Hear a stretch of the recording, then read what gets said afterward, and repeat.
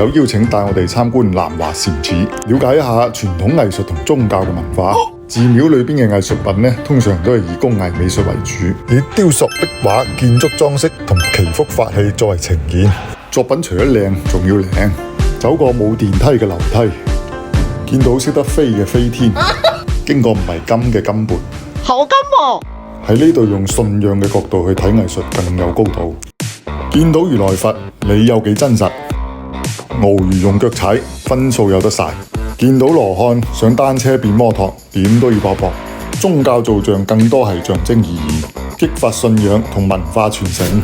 靈照塔始於唐朝，為六祖慧能真身所見。廟裏仲有好多珍藏，用工藝嘅手段喺唔同嘅材質刻上人物嘅畫像。入到祖殿，見到高僧身，睇完刻骨銘心。